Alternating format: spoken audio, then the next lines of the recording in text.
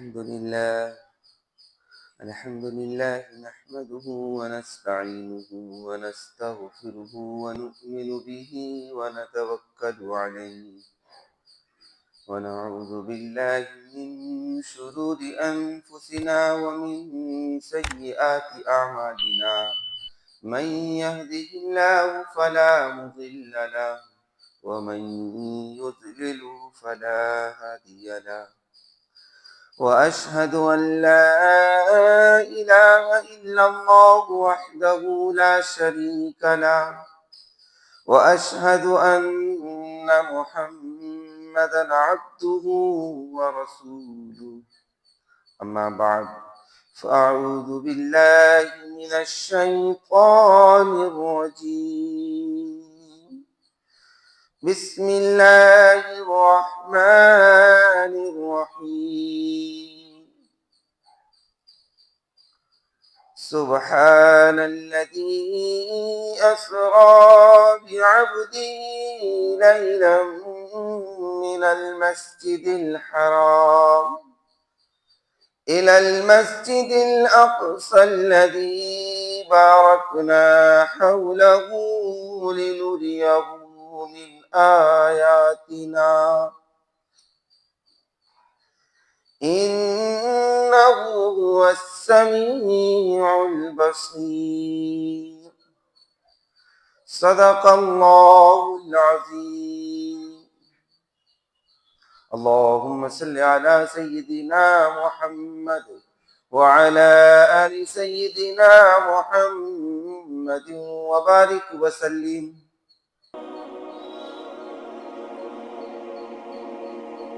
ہمت کر صبر کر بکھر کر نکھر جائے ہمت کر صبر کر بکھر کر نکھر جائے گا یقین کر شکر کر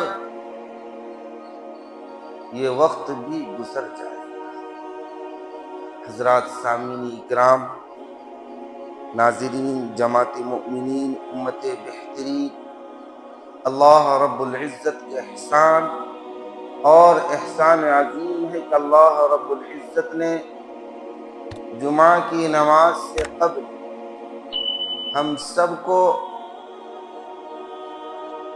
مسجد میں بلایا اپنی اور اپنے محبوب جناب محمد مصطفیٰ صلی اللہ علیہ وسلم کی بات کہلوایا اور سنوایا دعا کیجیے اللہ رب العزت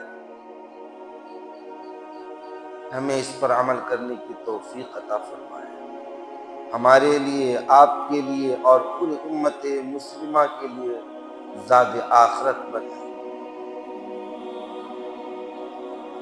ابھی اس وقت جو اب حضرات کے سامنے میں نے آیت کریمہ تلاوت کی وہ سورہ بنی اسرائیل کی ابتدائی آیتیں ہیں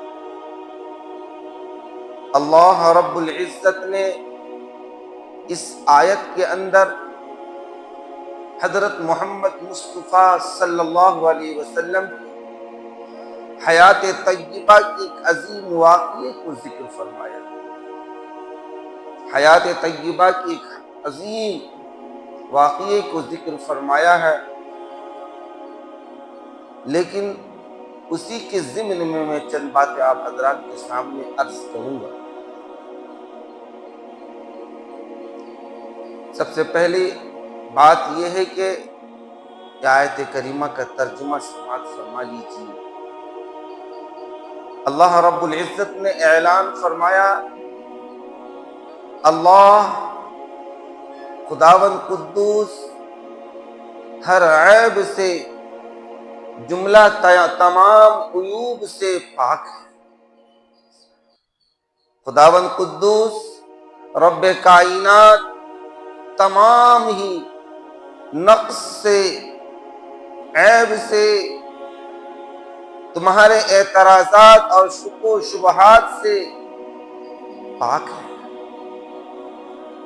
وہ اللہ جس نے اپنے بندے حضرت محمد مصطفیٰ صلی اللہ علیہ وسلم کو رات کے ایک مخصوص حصے میں سیر کرایا، یعنی مسجد حرام سے بیت المقدس کا سیر کرایا، راتوں رات لے گیا۔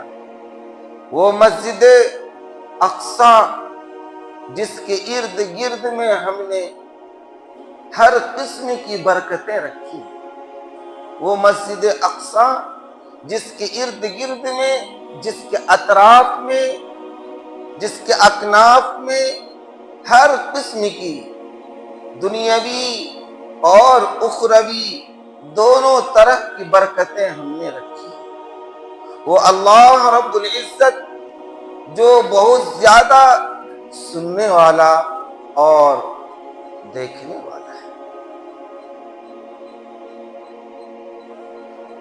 یہ مہینہ جیسے کہ آپ حضرات کو معلوم ہے رجب المرجب کا مہینہ ہے۔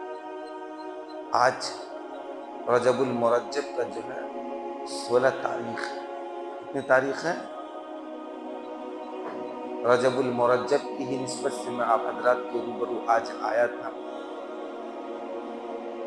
لیکن اسی رجب المرجب کی 27ویں شب کو اللہ رب العزت نے اپنے محبوب کو اپنے پاس بلایا تھا، اور آپ نے اپنی سر کی آنکھوں سے اللہ رب العزت کا دیدار کیا اور کارخانہ الہی کا مشاہدہ کیا، کارخانہ الہی کا مشاہدہ کیا، قدرت خداوندی کا مشاہدہ کیا۔ دونوں نسبتیں آج ہیں۔ ایک تو وہ حدیث جس حدیث کے اندر حضرت محمد مصطفیٰ صلی اللہ علیہ وسلم نے درد کے ساتھ میں وہ دعا مانگی تھی، اس بابرکت مہینے کے اندر وہ دعائیں آپ حضرات کے روبرو پیش کرنا چاہتا ہوں۔ اگر پڑھ لیے ہیں تو الحمدللہ، اگر نہیں پڑھے ہیں تو پڑھ لیجیے۔ کیا دعا ہے؟ اللہم بارک لنا فی رجب و شعبان وبلغنا الى رمضان۔ اللہم بارک لنا فی رجب و شعبان وبلغنا الى رمضان۔ آقا مدنی محمد کریم صلی اللہ علیہ وسلم اللہ رب العزت سے دعائیں کر رہے ہیں، اے اللہ مجھ کو اور ہم سب کو رجب المرجب اور شعبان کے اندر برکت عطا فرما، اور خیر و سلامتی کے ساتھ میں، خیر و بھلائی کے ساتھ میں، صحت و تندرستی کے ساتھ میں ہم سب کو رمضان مبارک تک پہنچا دیجیے۔ اس دعا کے دو حصے ہیں، ایک حصے جس کے اندر شعبان اور رجب کے اندر برکتیں مانگی جا رہی ہیں، اور دوسرا حصہ ہے جو رمضان کے سلسلے میں ہے کہ رمضان کے اندر خیر و سلامتی کے ساتھ رمضان تک پہنچا دیجیے۔ یہ رجب المرجب کی جو ہے بابرکت دعائیں ہیں۔ ہم سب کو چاہیے کہ اسی دعاؤں کے ساتھ میں، کہ اس دعا کے اندر آقا مدنی محمد کریم صلی اللہ علیہ وسلم نے کیا دعائیں، اور پھر اس بابرکت مہینے کے اندر اللہ نے آپ کو اپنے پاس بلایا اور مسجد حرم سے مسجد اقصی تک لے گئے، اور اس درمیان کا مشاہدہ کرائے۔ کبھی آپ نے 2 رکعت نماز مدینہ المنورہ میں پڑھے، بیت الحم کے اندر نماز ادا کیے، کوہ طور پر نماز ادا کیے، اور پھر مسجد اقصی کے اندر تمام نبیوں کی امامت کی۔ عزیزان گرامی، اللہ رب العزت ایک بات ہم سب کو یقینی طور پر اس بات کو جان لینا چاہیے، جس بات کو جاننا ضروری اور لازم ہے، وہ یہ ہے کہ اللہ رب العزت قادر مطلق ہے۔ اللہ رب العزت قادر مطلق ہے، یعنی ہر چیز پر قادر ہے۔ کیا ہے؟ ہر چیز پر قادر ہے۔ اللہ رب العزت کی ذات ہر چیز پر قادر ہے۔ وہ ذات جب چاہے، جس وقت چاہے، جس کے ساتھ چاہے، جہاں جہاں چاہے، جو چاہے کر سکتا ہے۔ کیونکہ واقعہ معراج جو آپ کے سامنے میں آ رہا ہے، جب یہ واقعہ معراج عظیم واقعہ رسول اکرم صلی اللہ علیہ وسلم کی حیات طیبہ کا واقعہ پیش کیا جاتا ہے تو ہماری عقل ناقص، ہماری جو ہے ناقص عقل، اس کو قبول کرنے کے لیے بس وہ پیش کرتی ہے، شکوک و شبہات پیدا کرتے ہیں، اعتراضات پیدا کرتے ہیں، کہیں ایسا ہو سکتا ہے۔ اس لیے اللہ رب العزت نے اس واقعے کو ذکر کرنے سے پہلے لفظ سبحان کا لفظ لایا کہ اللہ رب العزت ہر عیب سے پاک ہے، تمہارے یہ شکوک و شبہات سے پاک ہے، تمہارے اعتراضات سے پاک ہے، جو تمہارے ذہنوں کے اندر اعتراض پیدا ہو رہا ہے، کہیں ایسا ہو سکتا ہے۔ اللہ رب العزت کی ذات تو وہ ہے کہ لمحوں کے اندر ہر چیز کو بدل دیتے ہیں۔ ادھر کن ہوا، ادھر فیکون ہو گیا۔ دنیا کے بڑے بڑے ظالموں نے کیا نہیں چاہا اور کس چیز کو بدلنا چاہا، اللہ کے بندوں کو تکلیف دینا چاہا۔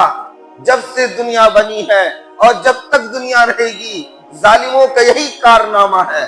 ظالم ایسے ہی کوشش کرتے رہتے ہیں، کبھی اللہ کے بندوں کو تکلیف پہنچاتے ہیں اور کبھی اللہ کے بندے جس جگہ عبادت کرتے ہیں اس کو ڈھانے کی، اس کو منہدم کرنے کی، اس کو شہید کرنے کی کوشش کرتے ہیں، اور کبھی کبھی ایک حد تک افسانے کے طور پر، عارضی طور پر کامیاب بھی نظر آتے ہیں، کامیاب بھی ہو جاتے ہیں۔ اس لیے ایسے موقع سے جب کبھی ایسے لمحات آئے، جب کبھی ایسے واقعات اور حادثات کا سامنا ہو، ایسے حادثات کا سامنا ہو، تو اس وقت جو ہے صبر کے ساتھ میں، ہمت کے ساتھ میں، شکر کے ساتھ میں، اللہ کی ذات پر یقین کے ساتھ میں، کیا ہے؟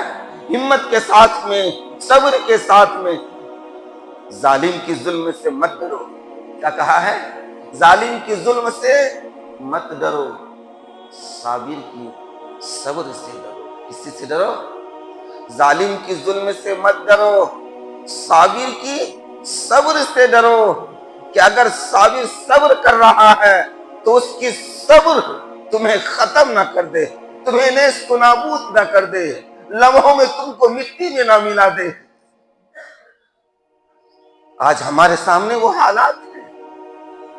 وہی مسجد اقصی، جس مسجد اقصی کے اندر اللہ رب العزت نے امام الانبیاء، تاجدار مدینہ، احمد مجتبی محمد مصطفیٰ صلی اللہ علیہ وسلم کو مسجد حرام سے مسجد اقصی لائی تھی اور وہاں تمام نبیوں کی امامت کرائی تھی، وہی مسجد کو شہید کرنے کے لیے اور اس مسجد کو ختم کرنے کے لیے اور ہیکل سلیمانی پر قبضہ کرنے کے لیے ناجائز غاصب لوگوں نے کیا کیا نہیں کیا، کتنے ظلم و ستم کے پہاڑ توڑ رہے ہیں، علل اعلان ظلم کا اعلان کر رہے ہیں، ہم ان کو مٹی میں ملا دیں گے، ہم ان کو جہنم بنا دیں گے۔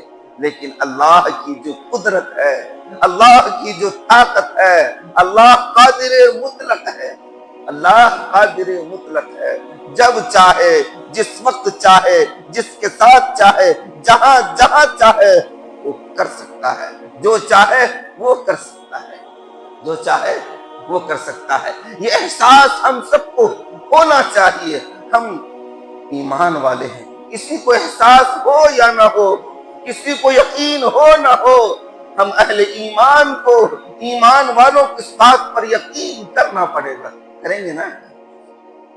کہ اگر یہ احساس ختم ہے تو پھر ایسا ہی کہنا ہے کہ جب انسان مر جاتا ہے اس کو کیا کہتے ہیں؟